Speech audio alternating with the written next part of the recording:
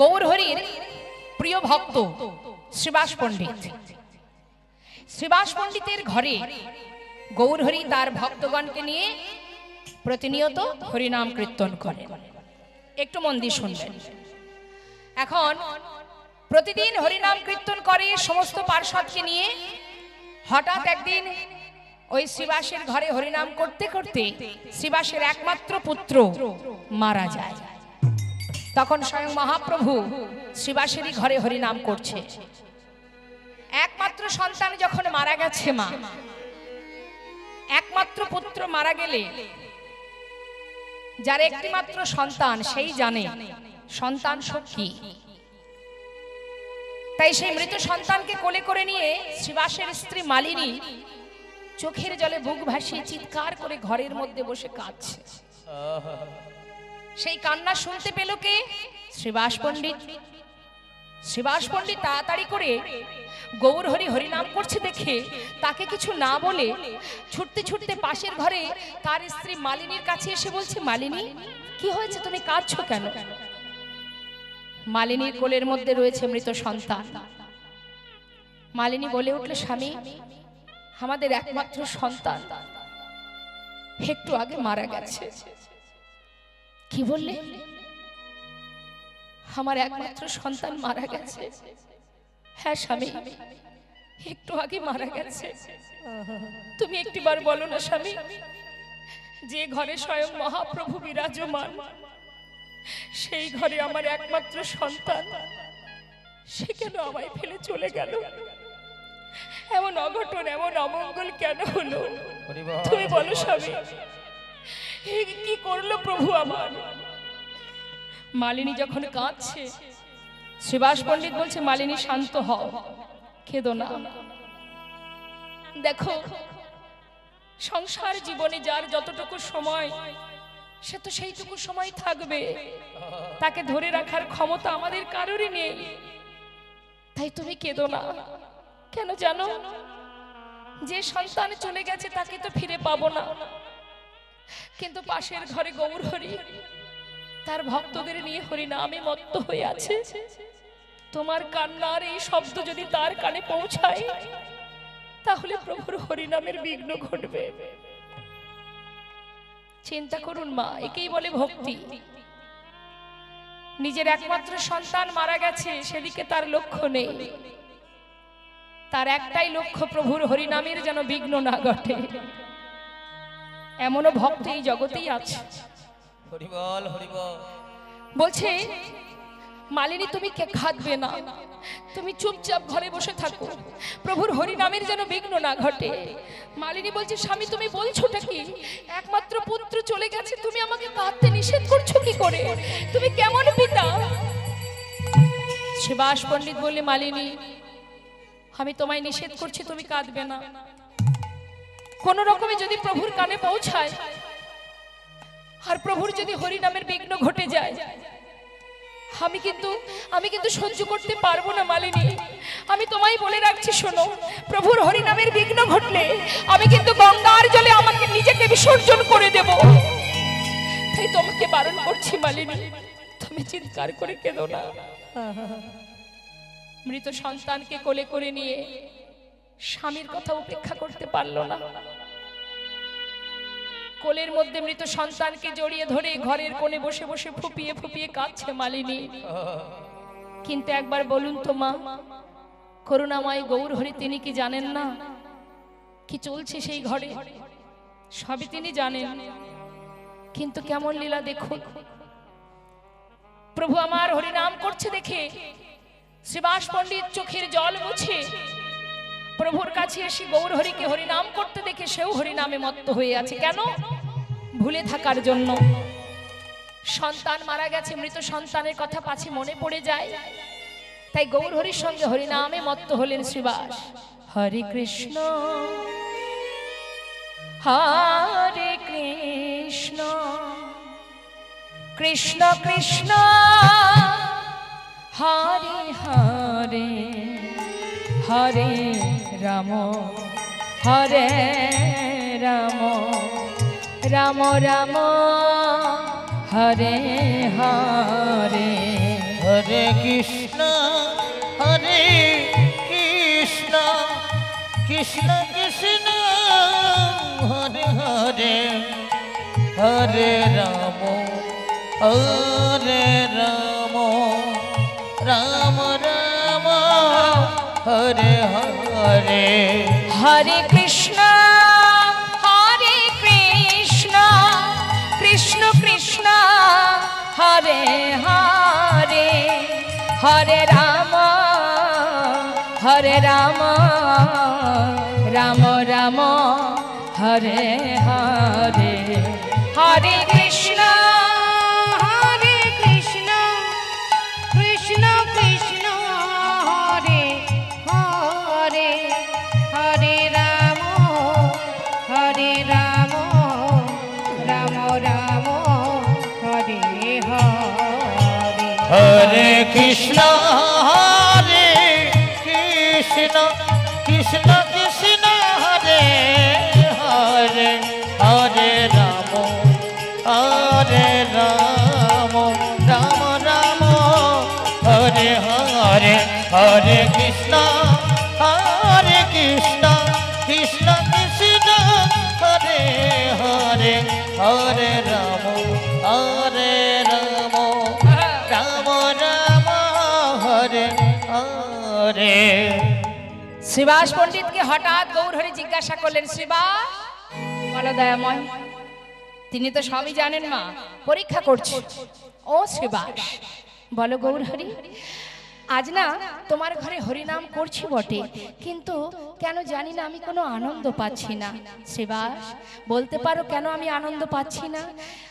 আমাকে একটু খুলে বলো না। শ্রীবাস পণ্ডিত বলছে, কেন প্রভু, কি হয়েছে তোমার? আমি তো কিছুই বুঝতে পারছি না, কেন তুমি আনন্দ পাচ্ছ না?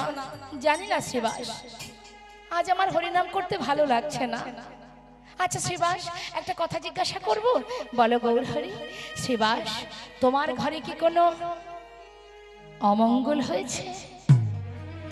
শ্রীবাস পণ্ডিত বলছে, দয়াময়, আমার ঘরে অমঙ্গল? এ তুমি কি বলছো গৌরহরি? যার ঘরে মঙ্গলময় হরি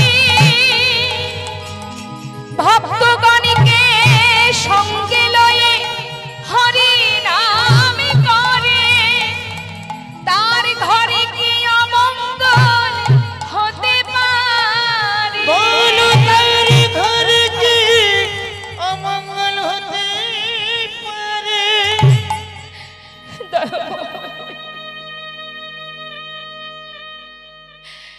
তুমি কি বললে গৌরহরি? আমার ঘরে অমঙ্গল কেন হবে প্রভু? স্বয়ং তুমি আমার ঘরে দাঁড়িয়ে আছো, যার মুখে মধুর হরি নাম চলছে, সেই ঘরে অমঙ্গল কি করে হয় দয়াময়? আমার ঘরে তো কোনো অমঙ্গল হয়নি। আচ্ছা, কোনো অমঙ্গল হয়নি তোমার ঘরে? না প্রভু। এক ভক্ত পাশে দাঁড়িয়ে বলছে, ও গৌরহরি, শ্রীবাসের একমাত্র পুত্র একটু আগে মারা গেছে। শ্রীবাস, তোমার পুত্র মারা গেছে? গৌরহরি, আমার পুত্র, আমার তো কেউ নেই দয়াময়। হরিবল হরিবল। ও গৌরহরি, প্রভু তুমি ছাড়া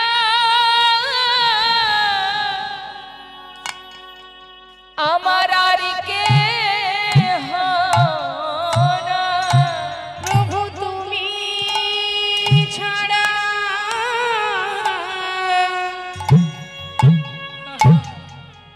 আর কে না? তুমি আমার মাতা পিতা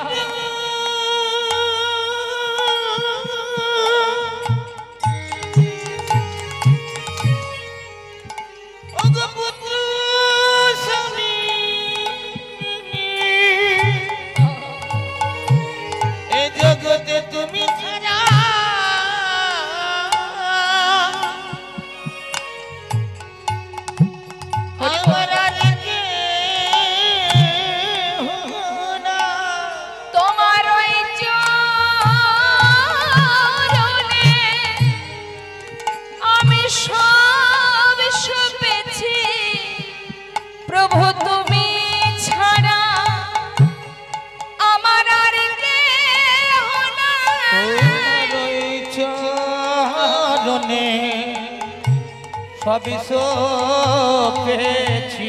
প্রভু তুমি ছাড়া আর কেহ নাই। তোমার ওই চরণে সবই পেয়েছি। তুমি ছাড়া আর কেহ নাই। শুধু তুমি আমার মাতা পিতা, তুমি পুত্র স্বামী, এ তোমার জগতে ওই চরণে আমি সবে পেয়েছি। তুমি আমার মাতা পিতা পুত্র স্বামী। তুমি ছাড়া আর কেহ নাই। তোমার ওই চরণে আমায় গণ করো হে আমার দয়াল হরি। পিতা পুত্র স্বামী, তুমি ছাড়া আমার আর কেহ নাই। পিতা পুত্র স্বামী, জগতে তুমি ছাড়া আমার আর কেউ। তুমি আমার মাতা পিতা পুত্র স্বামী। তুমি ছাড়া আর কেহ নাই। তোমার ওই চরণে গ্রহণ করো আমার দয়াল হরি। তোমার ওই চরণে গ্রহণ করো। আমার দয়াল হরি। তোমার চরণ ছাড়া করো না গো। আমার দয়াল হরি। তোমার ওই চরণে গ্রহণ করো ওহে আমার দয়াল হরি। তোমার ওই চরণে সবে পেয়েছে। বলি ওহে আমার দয়াল যেন হরি। চরণ ছাড়া আমায় করো না গো। আমার দয়াল হরি। তুমি মাতা পিতা পুত্র স্বামী, তোমার ওই চরণে গ্রহণ তুমি আমার করো। মাতা পিতা পুত্র স্বামী, তোমার ওই চরণে মাতা গ্রহণ করো মাতা পিতা পুত্র স্বামী। ওই চরণে গ্রহণ করো। তোমার চরণ ছাড়া করো না গো। আমার দয়াল হরি। তোমার ওই চরণে গ্রহণ করো। আমার দয়াল হরি। চরণ ছাড়া করো না গো।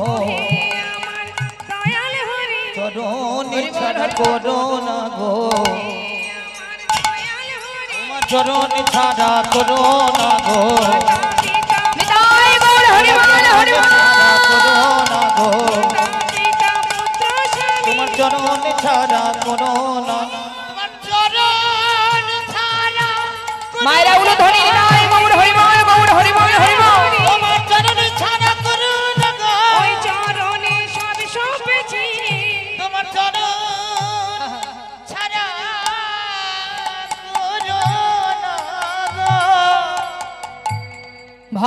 ভক্তি দেখে করুণাময় গৌর হরি ধীরে ধীরে সেই মৃত সন্তানের পাশে গিয়ে গৌর হরি তাকে কিঞ্চিত সময়, কিছু সময়ের জন্য জগজ্জীবকে শিক্ষা দেবার জন্য তাকে কিঞ্চিত সময় দিয়ে পুনরায় প্রাণ ফেরালেন।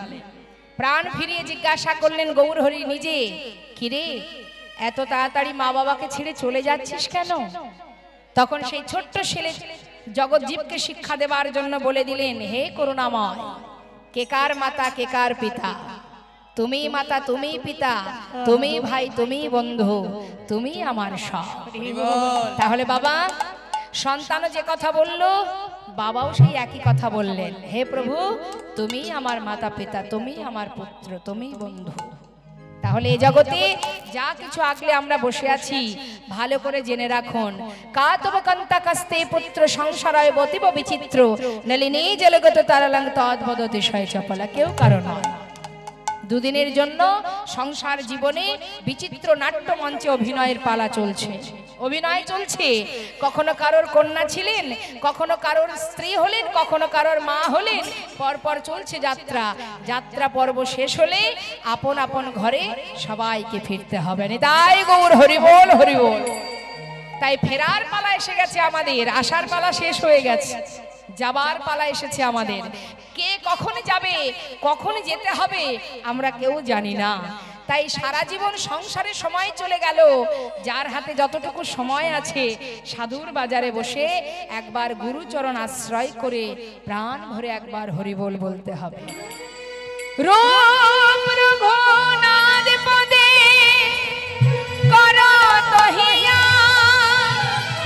সেবার অভিলাষ মাগে নরোত্তম দাস।